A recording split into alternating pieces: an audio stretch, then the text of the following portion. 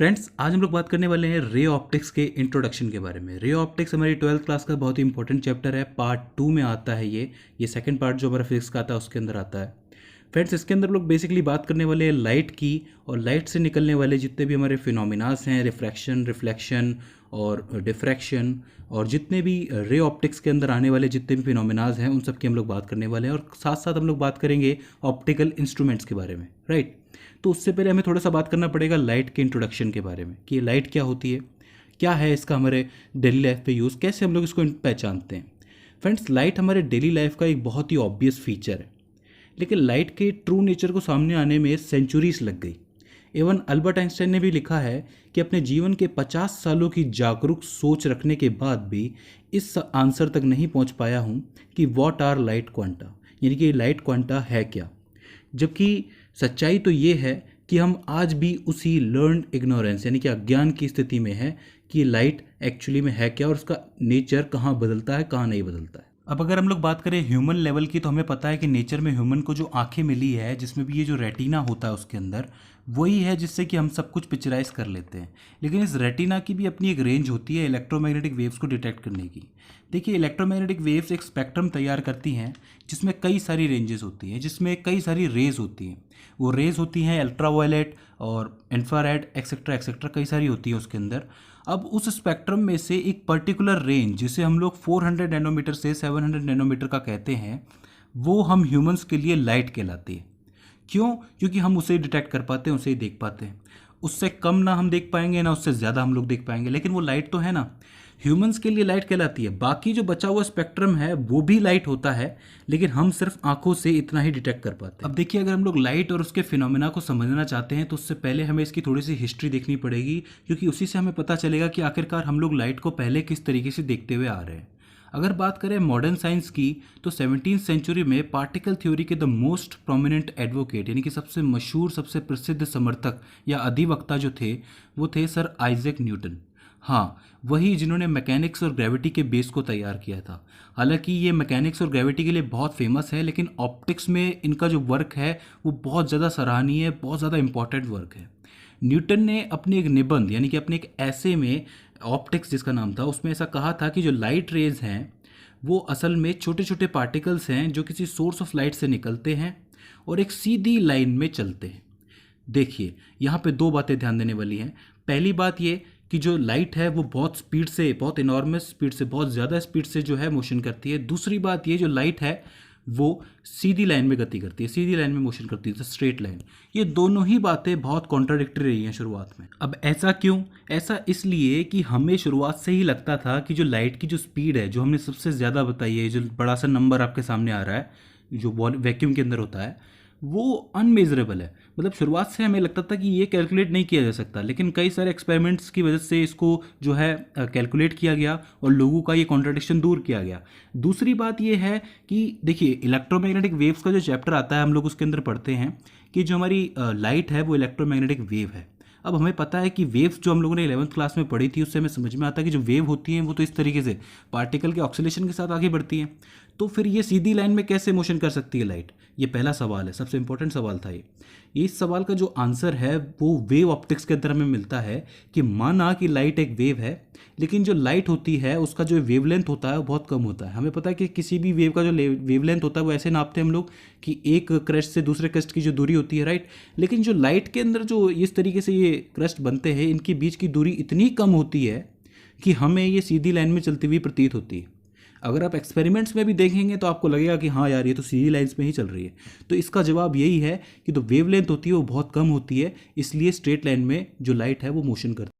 तो यहाँ पे इन दोनों ही सवालों के जवाब हमें मिल गए कि लाइट की स्पीड बहुत ज़्यादा है, और दूसरा जो है कि लाइट जो है वो स्ट्रेट लाइन में क्यों हमें मोशन करती हुई दिखाई देती है। खैर, ये सारी की सारी बातें हमें एक बार वेव ऑप्टिक्स में फिर से पढ़नी है, तो वहाँ पर हम लोग पढ़ लेंगे। यहाँ पे हम लोग वापस आते हैं सर न्यूटन की पार्टिकल हाइपोथेसिस पे, जो उन्होंने दी थी और कहा था कि लाइट जो है वो पार्टिकल्स के रूप में मोशन करती है। तो हम ये बात क्यों माने? उसके लिए उन्होंने बहुत सारे एक्सपेरिमेंट किए थे और बहुत सारे उन्होंने ऑब्जर्वेशंस लिए थे। उनकी ऑब्जर्वेशंस और एक्सपेरिमेंट का सबसे इंपॉर्टेंट पार्ट था किसी ऑब्जेक्ट पर लाइट का पड़ना और उस ऑब्जेक्ट के पीछे उसकी शैडो का बनना। न्यूटन ने कहा कि विदाउट पार्टिकल बिहेवियर ऐसा होना पॉसिबल नहीं है। कहने का मतलब ये है कि अगर आपके पास एक ऑब्जेक्ट है और उसके ऊपर लाइट पड़े तो उसके पीछे जो शेडो बन रही है वो लाइट के पार्टिकल बिहेवियर की वजह से बन रही है।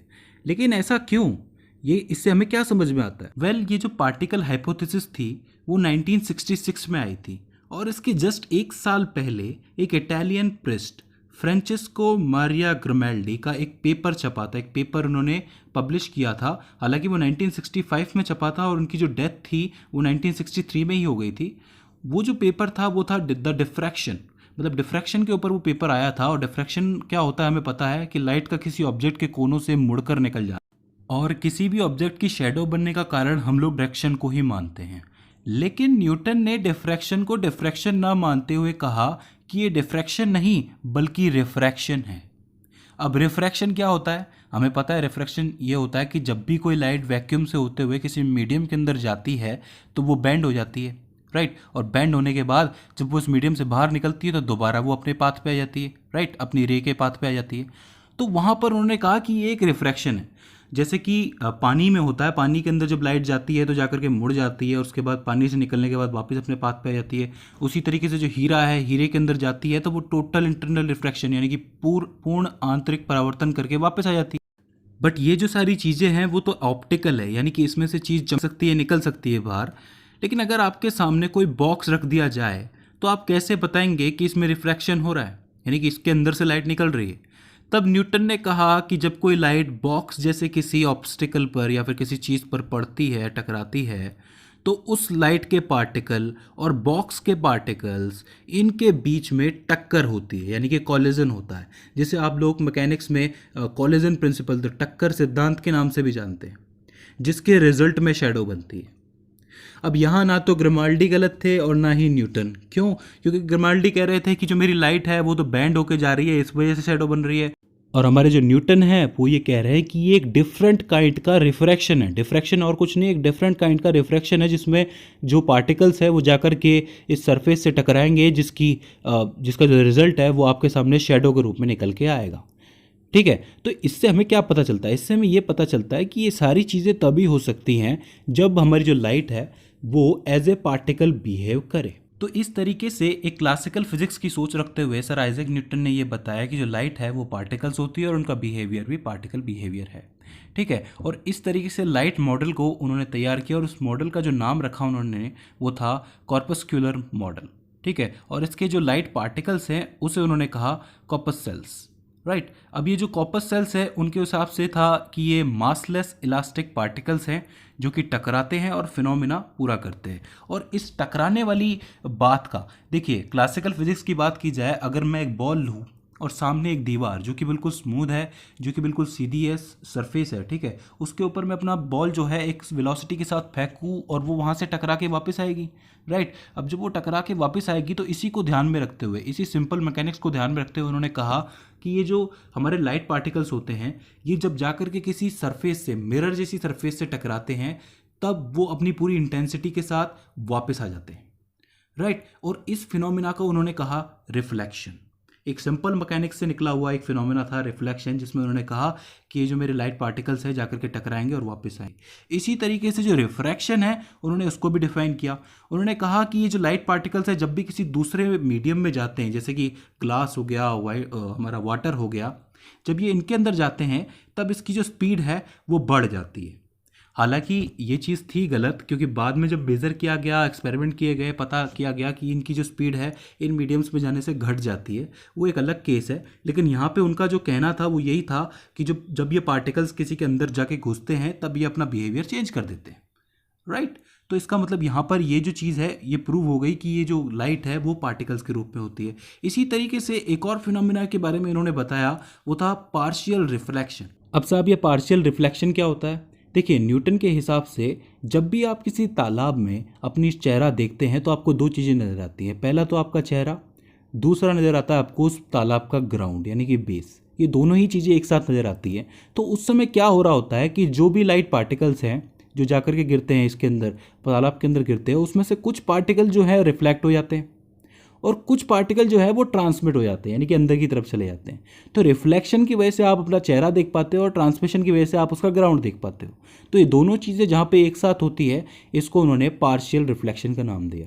यानी कि ध्यान देने वाली बात यह है कि न्यूटन ने अपने टाइम पे क्लासिकल फिजिक्स के इस्तेमाल करते हुए reflection, refraction, diffraction, partial reflection और कई सारी चीज़ें, कई सारे फिनोमेना लाइक न्यूटन्स रे, जो कि एक बहुत ही एडवांस और बहुत ही इंपॉर्टेंट फिनोमेना है लाइट के पार्टिकल बिहेवियर को समझने का। तो इसका मतलब ये हुआ कि क्लासिकल फिजिक्स को साथ में रखते हुए इतने सारे फिनोमेना को उन्होंने बताया, तो हम लोग कह सकते हैं कि मैकेनिक्स के साथ साथ सर आइजैक न्यूटन ने ऑप्टिक्स वर्ल्ड के अंदर भी बहुत कुछ किया है। हमें इस पे भी ध्यान देना चाहिए। तो आई होप आपको समझ में आया होगा कि किस तरीके से सर आइजैक न्यूटन ने इतने सारे फिनोमेना को बताया। अब देखिए, ये सारे जो फिनोमेना है वो सारे पार्टिकल की वजह से हो सकते हैं, लाइट के पार्टिकल नेचर की वजह से किए जा सकते हैं। लेकिन कुछ ऐसे फिनोमेनाज भी हैं जो पार्टिकल बिहेवियर को कॉन्ट्राडिक्ट करते हैं और हमें बताते हैं कि ये वेव्स हैं। हालांकि इसकी बात जो है हम लोग बाद में करेंगे, जब वेव ऑप्टिक्स आएगी उसके बाद हम बताएंगे कि किस साइंटिस्ट ने अपना दिमाग लगाया, किस साइंटिस्ट ने ये माना कि ये पार्टिकल नहीं, ये एक्चुअली वेव है, और बाद में किस तरीके से ये तय किया गया कि एक्चुअली ये ड्यूअल नेचर की है। लाइट जो है दोहरा चरित्र रखने वाली चीज़ है, राइट।